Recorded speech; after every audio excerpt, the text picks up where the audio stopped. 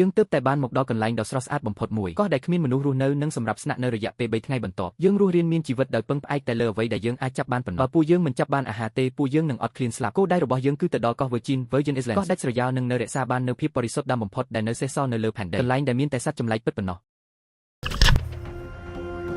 ពួកយើងនៅទីនេះយើងនឹងបោះជំរំនៅលើខ្សែសង្វាក់នៃកោះនានាសម្រាប់រយៈពេល3ថ្ងៃខាងមុខហើយយើងមានគោលដៅសំខាន់ចំនួន3ទី1គឺស្វែងរកអាហារឲ្យបានគ្រប់គ្រាន់ដើម្បីរស់រានមានជីវិតទី2គឺទប់ទល់នឹងស្ថានភាពអាកាសធាតុឬធម្មជាតិដែលនឹងកើតឡើងហើយទី3គឺធ្វើដំណើរទៅឲ្យដល់កោះ Virgin Islands អាទិភាពចម្បងរបស់ខ្ញុំនៅលើកោះនេះគឺការស្វែងរកអាហារយើងមានក្រុមការងារដ៏ពូកែមួយក្រុមហើយសំណាងល្អដែលពួកគេស្គាល់តំបន់ទឹកទាំងនេះយ៉ាងច្បាស់ក្រឡែកជាងអ្នកណាទាំងអស់ព្រោះពួកគេជាអ្នកស្រុកនៅទីនេះផ្ទាល់ហើយបានធ្វើដំណើរស្វែងយល់ជុំវិញកោះទាំងនេះតាំងពីពួកគេនៅក្មេងមកម្ល៉េះសូមណែនាំក្រុមអ្នកប្រមាញ់ Key Pepper មួយគីឲ្យអ្នកទាំងអស់គ្នាបានស្គាល់មាន Ender, Marco និង Ender បងប្អូនឲ្យពួកយើងត្រូវជួយគ្នាស្វែងរកអាហារក្នុងរយៈពេលប្រមាណថ្ងៃខាងមុខនេះដើម្បីឲ្យមានអ្វីបរិភោគតើយើងអាចរកបានត្រីប្រភេទណាខ្លះនៅទីនេះ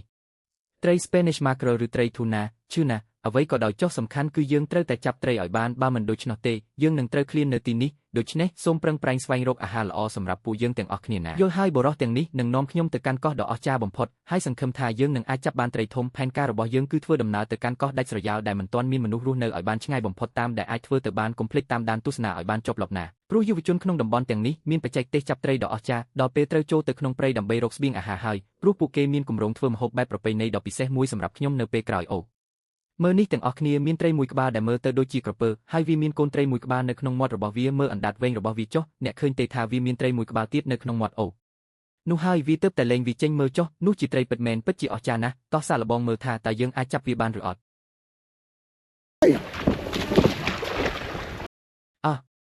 នោះគឺជាសញ្ញាល្អមួយសង្ឃឹមថាយើងអាចចេញទៅក្នុងដែនទឹកនេះហើយរកអ្វីមកញ៉ាំបានយល់ហើយតោះទៅ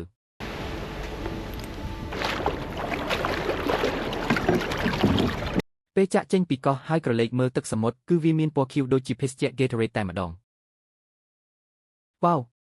អស្ចារ្យណាស់នេះអាចចាត់ទុកថាជាលក្ខខណ្ឌអាកាសធាតុដ៏ល្អនិងច្បាស់បំផុតមួយមិនធ្លាប់មានមើលទៅដូចជាឈុតឆាកនៅក្នុងរឿង Charleston អីចឹងពិតជាអស្ចារ្យខ្លាំងណាស់ពួកយើងកំពុងស្វែងរកទីតាំងដែលមានរចនាសម្ព័ន្ធធំនៅទីនេះព្រោះនោះជាកន្លែងដែលត្រីតែងតែប្រមូលផ្ដុំគ្នាពួកវាច្រើនតែធ្វើដំណើរពីកន្លែងមួយទៅកន្លែងមួយទៀតហើយយើងសង្ឃឹមថានឹងអាចស្ទាក់ចាប់ពួកវាបានដើម្បីយកមកធ្វើជាអាហារយើងនឹងតាមចាប់ទាំងត្រីនៅតាមថ្មពប្រទឹកនិងត្រីដែលរស់នៅតាមផ្ទៃទឹកបើកចំហប៉ុន្តែខ្ញុំហ៊ានធានាថានៅពេលបញ្ចប់ការប្រកួតប្រជែងនេះយើងនឹងចាប់បានត្រីដ៏ធំសម្បើមមួយក្បាលជាក់ជាមិនខាននោះគឺជាផែនការរបស់យើងប៉ុន្តែនិយាយតាមត្រង់ទៅពេលនៅទីនេះគឺពិតជាពិបាកនិងមិនញឹមណាស់គ្រាន់តែបានគយគន់ទេសភាពជុំវិញខ្លួនកោះ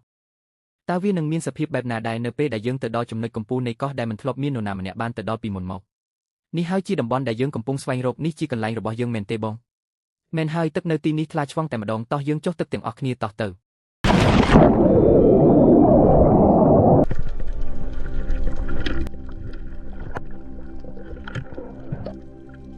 នេះជាឧបករណ៍សម្រាប់នេសាទថ្ងៃនេះអូហូមើលចុះទេសភាពក្រោមទឹកស្អាតមែនទែនសម្បូរទៅដោយធនធានយ៉ាងសម្បូរបែបតោះយើងទៅមើលគាត់នេសាទថ្ងៃនេះថាបានអ្វីខ្លះ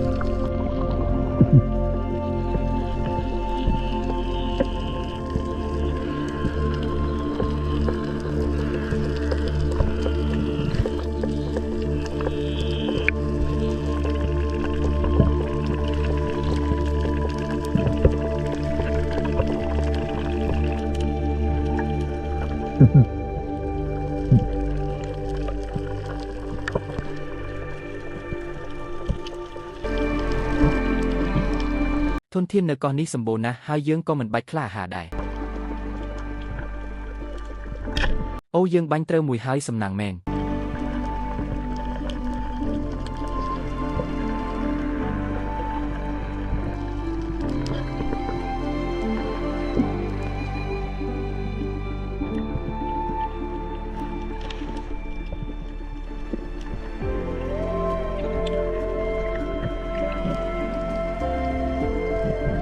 នោះជាត្រីខាត់ហើយក៏ជាគោលដៅបន្ទាប់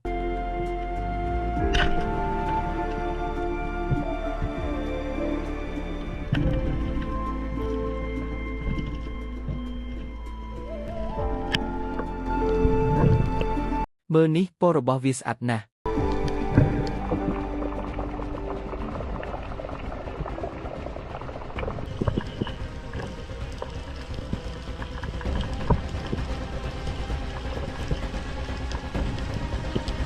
តើមួយណាជាគោលដៅបន្ទាប់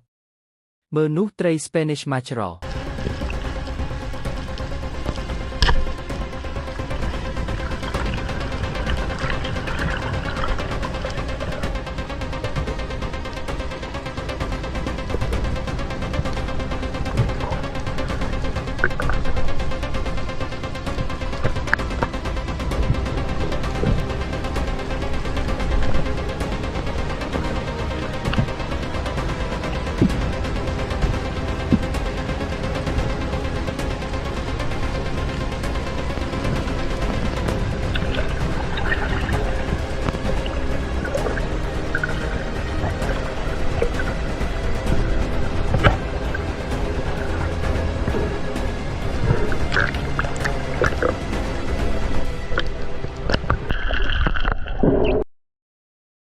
យើងទើបតែចាប់បានត្រី Spanish mackerel ដ៏ស្រស់ស្អាតនេះមើលពណ៌របស់វាចុះពិតជាអស្ចារ្យមែន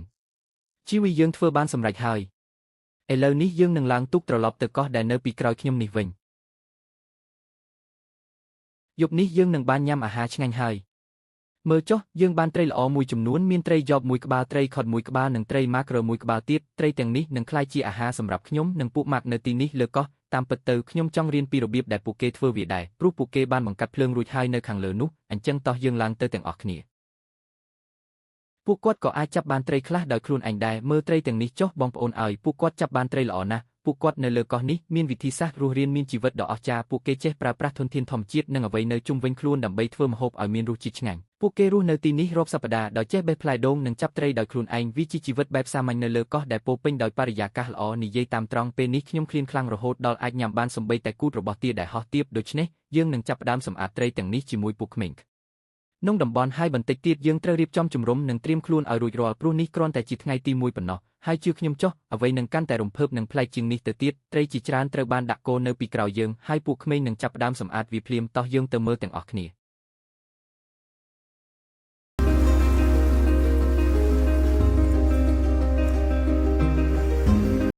ពួកគាត់ធ្វើការនេះបានយ៉ាងរហ័សនិងងាយស្រួលដោយគ្រាន់តែអាប់ដាច់ព្រុយចេញសម្អាតរួចកាត់វាជាពីរដើម្បីត្រៀមយកទៅអាំងលើភ្លើងភ្លាមខណៈពេលដែលយើងកំពុងសម្អាតត្រីយុវជនក្នុងតំបន់បានកាប់ឫស្សីរួចលាងសម្អាតវានៅក្នុងទឹកសមុទ្រពួកគេនឹងដាក់អង្ករចូលទៅក្នុងបំពង់ឫស្សីនោះរួចចាក់ទឹកចូលហើយយកទៅដុតលើភ្លើងដែលវិធីនេះនឹងធ្វើឲ្យបានជាបាយឆ្អិនដោយចំហាយទឹកយ៉ាងឆ្ងាញ់ពិសាខ្ញុំមិនធ្លាប់ឃើញវិធីបែបនេះពីមុនមកទេប៉ុន្តែវាពិតជាអស្ចារ្យណាស់គាត់កំពុងមូលស្លឹកឈើទាំងនេះហើយនឹងញាត់វាចូលទៅក្នុងមាត់បំពង់ឫស្សីនោះ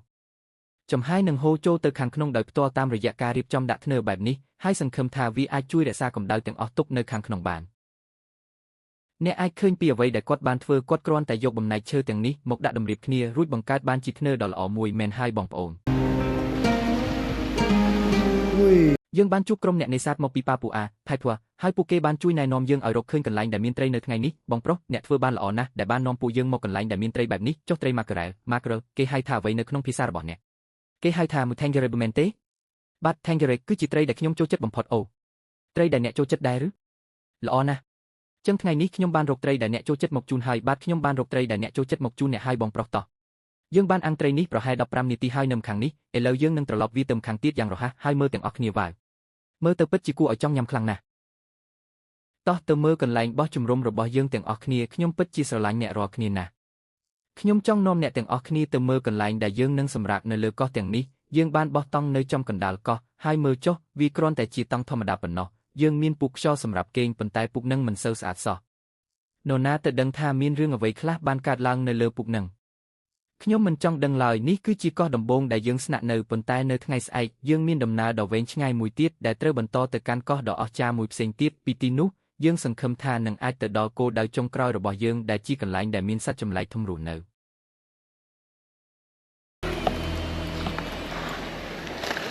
យើងបានឆ្លងកាត់ថ្ងៃដ៏អស្ចារ្យបំផុតមួយជាមួយបងប្អូនអ្នកស្រុកនៅទីនេះហើយពួកគេបានជួយរកត្រីឲ្យយើងអរគុណច្រើនបងប្អូនវាពិតជាស័ក្តិសមណាស់ដែលពួកគាត់ជួយរកត្រីឲ្យយើងព្រោះយើងញ៉ាំអាហារជាមួយគ្នាពួកគាត់ទើបតែបើកឆ្នាំងបាយហើយឃើញថាបាយឆ្អិនល្អឥតខ្ចោះតែម្ដងយើងដួសបាយបន្តិចរួចយកត្រីមកញ៉ាំជាមួយគ្នាហាហាហាចាំសិនយើងត្រូវញ៉ាំវាហើយ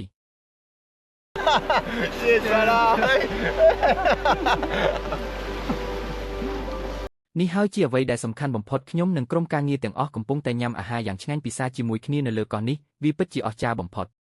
អរគុណច្រើនណាស់បងប្អូនពួកយើងពិតជាឃ្លានខ្លាំងណាស់មែនទេបងប្រុសហាហាថ្ងៃស្អែកយើងនឹងធ្វើដំណើរដ៏វែងឆ្ងាយទៅកាន់ក្រុមកោះថ្មីសន្លាងមួយទៀតដំណើរនោះនឹងផ្ដល់ឱកាសឲ្យយើងបានស្វែងរកនិងនេសាទនៅក្នុងតំបន់ដែលមិនទាន់មានគេប៉ះពាល់ Virgin Ground នៅថ្ងៃទី3នោះហើយគឺជាគោលដៅចម្បងរបស់យើងព្រោះនៅទីនោះសម្បូរទៅដោយត្រីធំថ្មពព្រះទឹកដែលនៅរក្សាបាននូវភាពដើមនិងឆ្នេរសមុទ្រដ៏ស្រស់ស្អាតបំផុតដែលអ្នកមិនធ្លាប់បានឃើញពីមុនមកក្នុងជីវិតនេះជាកន្លែងដែលពួកយើងនឹងសម្រាកនៅយប់នេះដោយចូលទៅក្នុងតង់ទាំងនេះប្រសិនបើមានរឿងអ្វីប្លែកកើតឡើងនៅពេលយប់ខ្ញុំនឹងប្រាប់អ្នកទាំងអស់គ្នាឲ្យបានដឹងបើគ្មានអ្វីទេនោះជួបគ្នាព្រឹកស្អែកសម្រាប់ថ្ងៃទី2ខ្ញុំពិតជាមានអារម្មណ៍រំភើបណាស់ហើយថ្ងៃស្អែកយើងនឹងមានកិច្ចការធំត្រូវធ្វើជួបគ្នាពេលនេះ